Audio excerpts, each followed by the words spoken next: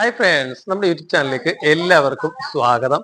അപ്പൊ നമ്മളിപ്പോ ഇന്ന് വീഡിയോയിലൂടെ പറയാൻ പോകുന്നത് ഇത് മാരുതി സുസുക്കി സ്വിഫ്റ്റ് ആണ് വണ്ടി. അപ്പൊ എന്റെ കസ്റ്റമർ കംപ്ലൈന്റ് എന്ന് പറഞ്ഞാൽ വണ്ടിക്ക് തീരെ വലിവില്ല. ഏത് ഗിയറിലിട്ടാലും വണ്ടി ആക്സിലേറ്റർ നമ്മൾ എന്താ കംപ്ലൈന്റ് എന്ന് ചോദിച്ചു കഴിഞ്ഞാൽ, അതായത് വണ്ടി ഫസ്റ്റ് ഗിയറിലിട്ടിട്ട് ഇതൊക്കെ നമ്മളിങ്ങനെ ആക്സിലേറ്റർ കൊടുത്തു കഴിഞ്ഞാൽ വണ്ടി നീങ്ങും. പക്ഷെ നമ്മൾ പെട്ടെന്ന് ക്വിക്കായിട്ട് ആക്സിലേറ്റർ കൊടുത്തു കഴിഞ്ഞാൽ വണ്ടി നീങ്ങത്തില്ല, എഞ്ചിൻ മാത്രമായിരിക്കും, വണ്ടി മൂവ് ആവത്തില്ല. അതാണ് കംപ്ലൈന്റ്.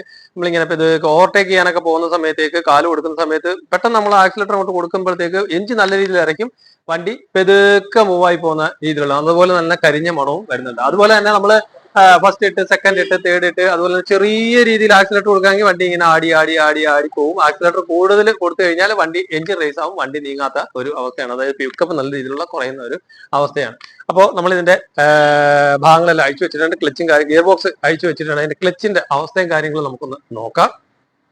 ഇപ്പോൾ ഇതിന്റെ ഗിയർ ബോക്സ് അഴിച്ച് വെളി വെച്ചിട്ടുണ്ട്. അപ്പൊ ഇങ്ങോട്ട് നോക്കിക്കഴിഞ്ഞാൽ നമുക്ക് ഇതിന്റെ പൊടിയും കാര്യങ്ങളൊക്കെ, ക്ലച്ചിന്റെ പൊടിയും കാര്യങ്ങളൊക്കെ കാണാനായിട്ട് സാധിക്കും. അതുപോലെ തന്നെ ഇതാണ് ഇതിന്റെ പൈലറ്റ് ബെയറിംഗ് വരുന്നത്. ഈ ബെയറിങ്ങിന് നല്ല രീതിയിലുള്ള മൂളിച്ചയുണ്ട്. അപ്പൊ ഈ ബെയറിംഗ് നമുക്ക് മാറേണ്ടതായിട്ടുണ്ട്.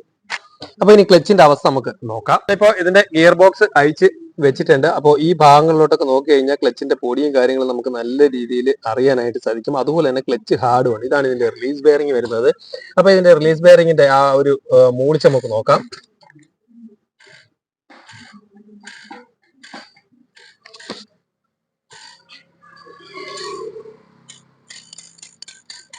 നല്ല രീതിയിലുള്ള റിലീസ് ബെയറിംഗിന് മൂളിച്ചുണ്ട്. അതുപോലെ തന്നെ ക്ലച്ച് നമ്മൾ ലിവറയിൽ പിടിക്കുന്ന സമയത്ത് നല്ല രീതിയിൽ ഹാർഡായിട്ട് ഇരിക്കുകയാണ് ഈ ക്ലച്ച്. അപ്പോൾ ഉടക്കി ഇരിക്കുന്ന ഒരു അവസ്ഥയാണ്. നമ്മൾ ഇതിന്റെ റിലീസ് തട്ടി കഴിഞ്ഞാൽ പോവും. നമ്മളിപ്പോൾ ഉടക്കി നിൽക്കുന്നത്. അപ്പോൾ കൈ എടുത്തിട്ടുണ്ട്. ഇവിടെ വേറെ ലിവറിൽ കൈയൊന്നുമില്ല, പക്ഷെ റിലീസ് ബെയറിംഗ് ഉടക്കിയാണ് നിൽക്കുന്നത്. മീൻസ് ഇതിനകത്തോട്ട് പൊടിയും കാര്യങ്ങളൊക്കെ കയറിയിട്ട് ജാമായിട്ടിരിക്കുന്ന അവസ്ഥയാണ്. അതുപോലെ തന്നെ ഈ ഭാഗത്തൊക്കെ പൊടിയും കാര്യങ്ങളൊക്കെ കയറിയിട്ടുണ്ട്. അതും നമുക്ക് ക്ലീൻ ചെയ്തെടുക്കണം. ഈ ലിവർ ഫുള്ള് അങ്ങോട്ടും ഇങ്ങോട്ടും ഫ്രീ ആക്കി എടുക്കണം. അപ്പോൾ ക്ലച്ചിന്റെ അവസ്ഥ നോക്കാം. ഇതാണ് ഇതിന്റെ ക്ലച്ച് ഡിസ്ക് നമുക്ക് നോക്കിയാലേ മനസ്സിലാവും. ഈ റിവിറ്റ് പിടിച്ചില്ല എന്ന് പറഞ്ഞുകൊണ്ട് നിൽക്കുന്ന അവസ്ഥയാണ്. ഇനിയും വണ്ടി ഓടിച്ചു കഴിഞ്ഞാൽ നേരെ വണ്ടി വഴി കിടക്കും. പിന്നെ ടോ ചെയ്തെടുത്തുകൊണ്ട് പോകുന്ന അവസ്ഥയും കാര്യങ്ങളൊക്കെ. ഏത് ഗിയർ ഇട്ടാലും വണ്ടി തീരെ മൂവ് ആവാത്ത അവസ്ഥയും കാര്യങ്ങളൊക്കെ ഉണ്ടാവും. ഗിയർ വീഴും, പക്ഷെ നമ്മൾ കാല് കൊടുക്കുന്ന അവസരത്തിൽ എഞ്ചിൻ റേസ് ആവും, പക്ഷെ വണ്ടി ഓടാത്ത ഒരു അവസ്ഥയും കാര്യങ്ങളൊക്കെ ഉണ്ട്. ഈ ഭാഗത്തോട്ട് നോക്കിയാൽ ഫുള്ള് റിവിറ്റ് തീർന്നു നിൽക്കുന്ന ഒരു അവസ്ഥയാണ് നോക്കിയാൽ മനസ്സിലാക്കാനായിട്ട് സാധിക്കും. അതുപോലെയാണ് ഈ സൈഡ്.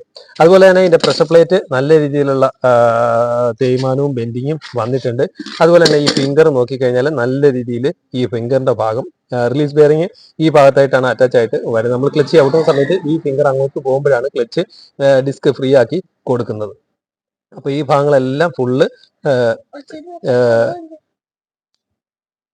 ഇങ്ങോട്ട് നോക്കിയാൽ മനസ്സിലാവും. ഈ ഭാഗങ്ങളെല്ലാം ഫുള്ള് തേഞ്ഞ് ഇരിക്കുന്ന ഒരു അവസ്ഥയാണ്. അപ്പോൾ ഇതിന്റെ ക്ലച്ചും കാര്യങ്ങളും, clutch, pressure plate, release bearing, അതുപോലെ തന്നെ നമ്മളിപ്പോൾ നേരത്തെ കണ്ട ഫ്ലൈവീലിന്റെ ഭാഗത്തെ ആ ബെയറിംഗ്, അതായത് ഫ്ലൈവീലിന്റെ പൈലറ്റ് ബെയറിംഗ് നമുക്ക് മാറേണ്ടതായിട്ട് ഉണ്ട്. അപ്പോൾ ഈ ക്ലച്ച് മാറുന്ന അവസരത്തിൽ ഫുള്ളായിട്ട് ക്ലീൻ ചെയ്തെടുക്കുക. ഈ ലിവറിന്റെ ഭാഗങ്ങൾ അങ്ങോട്ടും ഇങ്ങോട്ടും റിലീസ് ബെയറിംഗ് ഊരിയിട്ട് അങ്ങോട്ടും ഇങ്ങോട്ടും ഫുള്ളായിട്ട് ക്ലീൻ ചെയ്ത് എടുക്കുക.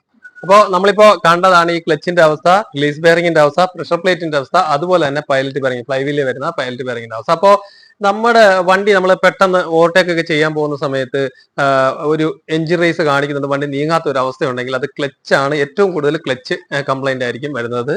ക്ലച്ച് ഡിസ്ക് തേഞ്ഞിട്ട് അല്ലെങ്കിൽ പ്രഷർ പ്ലേറ്റിന്റെ വേരിയേഷൻ കൊണ്ട് ഒക്കെ ഇത് വരാം.